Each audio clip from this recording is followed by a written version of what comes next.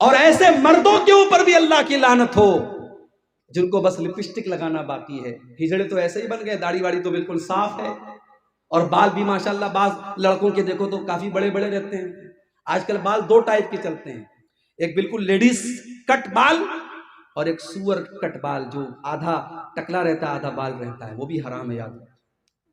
تو یہ دو ٹائپ کے بال بھی ہمارا نوجوان رکھتا ہے. بعض نوجوانوں کو دیکھتا ہوں کانوں میں بالی بھی پہنے رہتے ہیں, کانوں میں بھی چھید کروائے رہتے ہیں, کہتے ہیں فیشن ہے مولوی صاحب. سونے کی چین بھی گلے میں ڈالا ہوا, فیشن ہے مولوی صاحب. ابھی یہ فیشن آیا ہے, کل لپسٹک کا فیشن آئے گا, لپسٹک بھی لگائے گا یہ. پرسوں فیشن آئے گا نیل پالش لگاؤ, یہ نیل پالش بھی لگائے گا. اللہ کی لعنت ہو ایسے مردوں کے اوپر جو عورتوں کی مشابہت اختیار کرتے ہیں, جو عورتوں کی طرح بات چیت کرتے ہیں.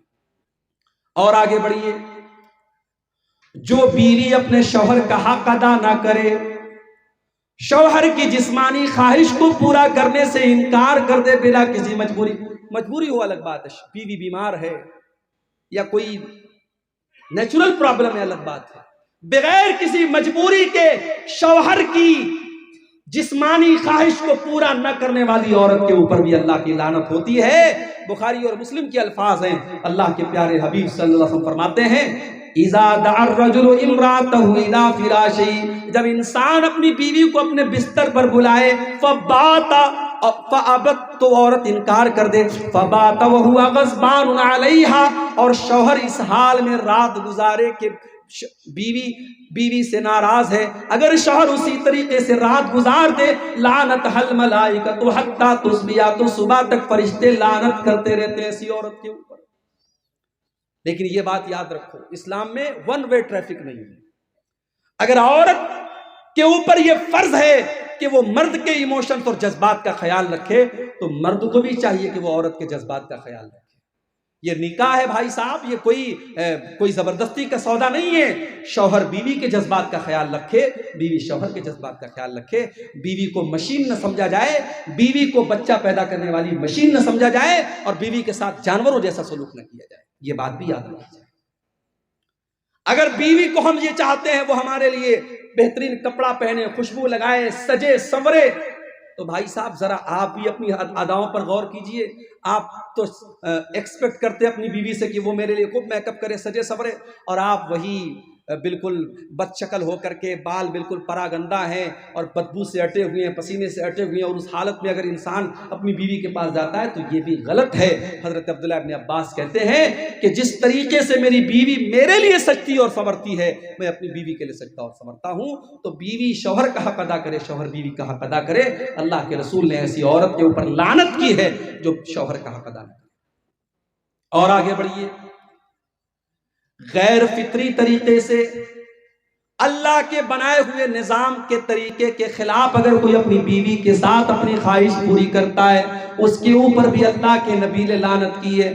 ملعون من اتى امرأته فی دبرها, اللہ کے نبی فرماتے ہیں جو انسان اپنی بیوی کے ساتھ غلط طریقے سے, غیر فطری طریقے سے, جو نیچرل طریقہ ہے, جو اللہ تعالیٰ نے نظام بنایا ہے مرد و عورت کے درمیان ملاقات کا, اس نظام کے خلاف اگر جاتا ہے, غلط طریقے سے گندے ویڈیوز کو دیکھنے کے بعد اس طریقے سے اپنی بیوی کے ساتھ وہ کام کرنے کی کوشش کرتا ہے, ایسے شوہر کے اوپر اللہ کے نبی نے لعنت فرمائی. ملعون من اتى امرأته فی دبرها, جو عورت کے ساتھ غیر فطری طریقے سے صحبت کرتا ہے, اس انسان کے اوپر بھی اللہ کی لعنت. بہت کھول کھول کر کے الفاظ بیان کرنے کی ضرورت نہیں ہے, آپ ہوشیار سمجھدار ہیں, سمجھ لیجئے. آج چونکہ ہمارے نوجوانوں میں ایک کریز ہے انٹرنیٹ پر گندے ویڈیوز دیکھنے کا, اس کی وجہ سے بہت سارے لوگ ناجائز اور غلط اور حرام جو طریقے ہیں میاں بیوی سے ملاقات کے وہ اپناتے ہیں. یاد رکھو میرے بھائی, یہ حرام اور ناجائز ہے اور اللہ کی لعنت کو کا حقدار بنانے والا. اور آگے بڑھیے. نمبر 11, اللہ کی لعنت کا حقدار بنانے والا 11واں کام, کسی قبر کے اوپر سجدہ کرنا یا کسی قبر کے اوپر مسجد بنا لینا. کلیا چک میں ایک مسجد ہے, اہل حدیث کی مسجد ہے, وہاں باقاعدہ مسجد کے اندر قبر ہے, قبر مسجد کے اندر ہے, اور نماز ہو رہی تھی, میں گیا, مجھ سے امام صاحب نے دھیرے سے کہا مولوی صاحب یہاں قبر ہے, آپ تھوڑا سا تقریر میں بول دیجئے گا. بہت سارے علماء یہاں بول کے گئے لیکن اصلاح نہیں. میں گیا, میں نے کھلے عام تقریر میں کہا یہ حرام ہے اور آپ کی نماز خطرے میں پڑ رہی ہے, آپ کی نماز قبول نہیں ہوگی اگر آپ مسجد کے اندر سے اس قبر کو نہیں نکالیں گے. بہرحال اللہ تعالیٰ نے توفیق دی ان لوگوں کو.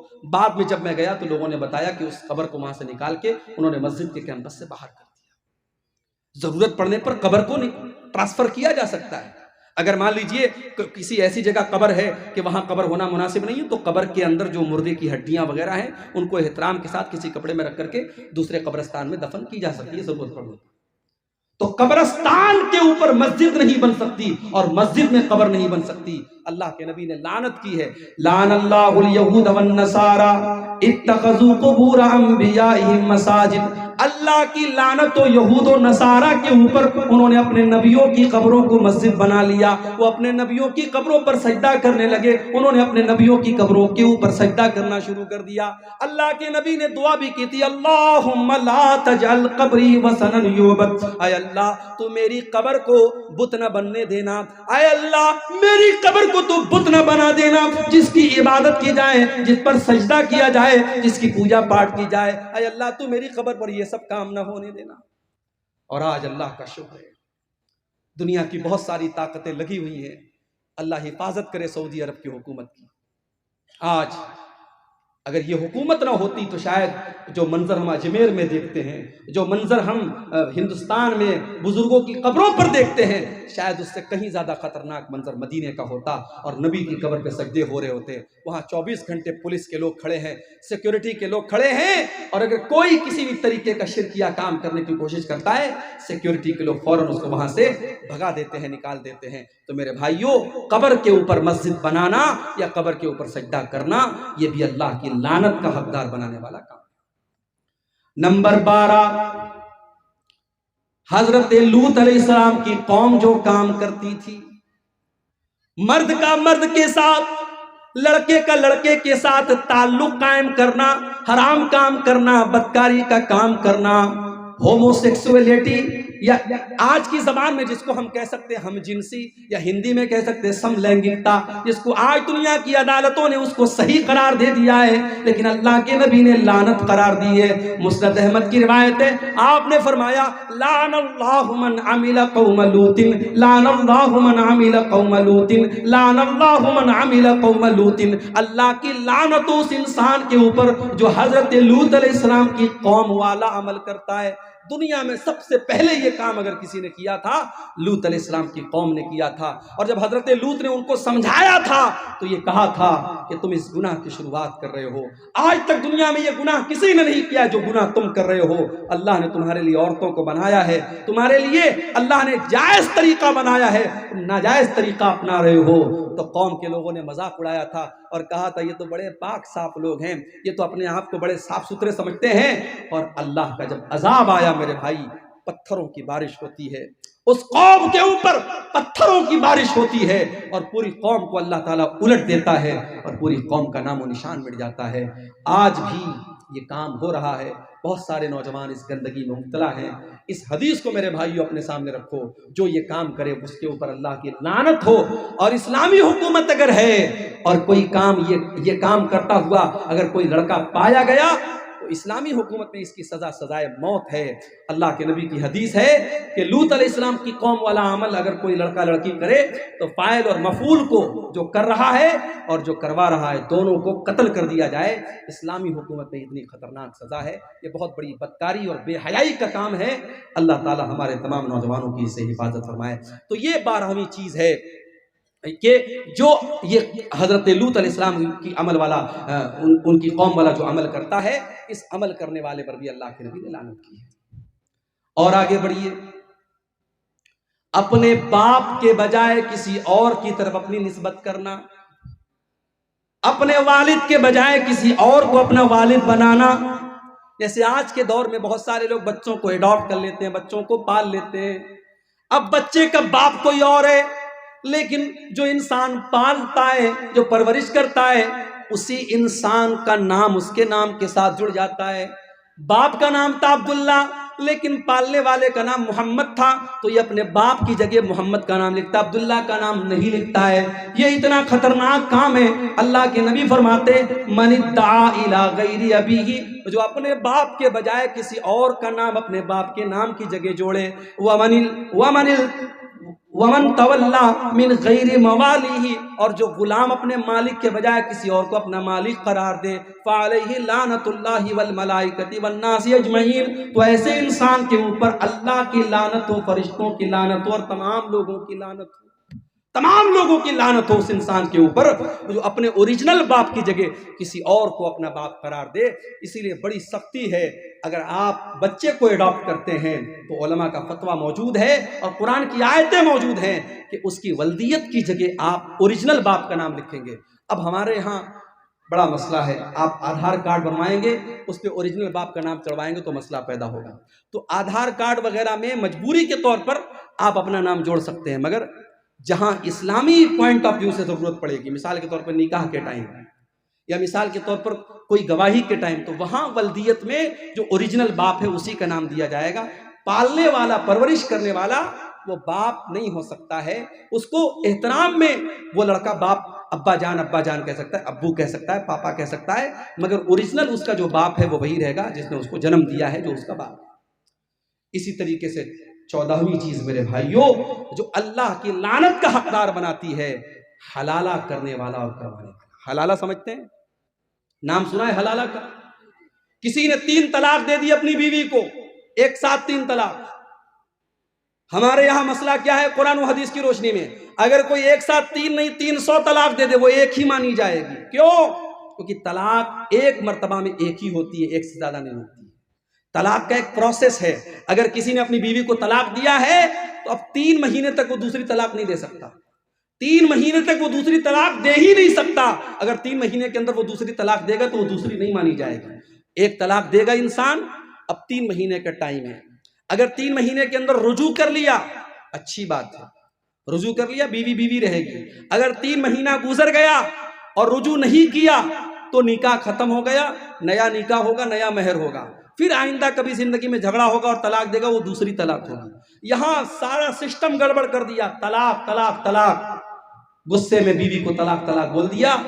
اب اپنے مولوی صاحب کے پاس گیا، مولوی صاحب نے کہا حلالہ کرانا پڑے گا، حلالہ کرانا پڑے گا۔ اور حلالہ کا طریقہ کیا ہے؟ ایک رات کے لیے تمہاری بیوی کسی سے شادی کرے گی، ایک رات تک وہ ساتھ میں رہے گا اور اگلے دن وہ طلاق دے دے گا، پھر عورت عدت گزارے گی، پھر تم اس سے شادی کر لینا۔ یہ کتنی کھلم کھلا، کتنی بڑی بے غیرتی اور بے حیائی اور زناکاری ہے، اور آج پوری دنیا میں اسلام کی امیج کو خراب کرنے کا کام کیا ہے۔ کتنی فلمیں بنی ہیں اس کے اوپر، کتنی ویب سیریز بنی ہیں اس کے اوپر۔ حلالہ اتنا گندا کام ہے میرے بھائیوں۔ اللہ کے نبی نے فرمایا لعن اللہ المحلل والمحلل لہ، حلالہ کرنے والے پر اور حلالہ کروانے والے پر، دونوں کے اوپر اللہ کی لعنت ہو۔ اور ایک اور حدیث میں اللہ کے نبی نے فرمایا کہ کیا میں تم کو ایسے انسان کے بارے میں نہ بتاؤں جو کرائے کا سانڈ ہوتا ہے؟ صحابہ نے کہا اللہ کے نبی کرائے کا سانڈ کون ہوتا ہے؟ آپ نے فرمایا جو حلالہ کرواتا ہے۔ حلالہ کروانے والا اپنی بیوی کو کسی غیر کے بستر پر بھیجنے والا، اور وہ انسان کرائے کا سانڈ ہوتا ہے جو یہ کام کرتا ہے۔ تو حلالہ کرنے والا بھی اور حلالہ کروانے والا بھی، دونوں پر اللہ کی لعنت۔ اور آخری چیز جو بیان کر کے ہم بات ختم کریں گے میرے بھائیوں، جس انسان کے اوپر اللہ کے نبی نے لعنت کی ہے، میری ماں اور بہنوں آپ سے کہنا چاہتا ہوں، اللہ کے نبی نے فرمایا لعن اللہ زوارات القبور، اللہ کی لعنت ایسی عورتوں کے اوپر جو قبروں کی بہت زیادہ زیارت کرتی ہیں۔ کبھی کبھار عبرت کے طور پر اگر عورتیں قبرستان چلی جائیں، اپنی ماں کی قبر پہ، اپنے باپ کی قبر پہ، الگ بات ہے، لیکن بہت زیادہ قبرستان پہ جانے والی اور قبروں کی زیارت کرنے والی عورتوں کے اوپر اللہ کے نبی نے لعنت کی ہے۔ آپ نے فرمایا لعن اللہ زوارات القبور، قبروں کی بہت زیادہ زیارت کرنے والی عورتوں کے اوپر اللہ کی لعنت ہو۔ آج ہندوستان میں کتنی ہماری مسلمان بہنیں ہیں، ان پر فتویٰ ہے مسجد میں نہیں جا سکتی۔ مجھے یاد ہے اسی بہار میں گیا ایک جگہ ہے، گیا کہ ایک مولانا صاحب تھے، انتقال ہو گیا، اللہ معاف کرے، انہوں نے ایک تقریر میں کہا تھا اہل حدیثوں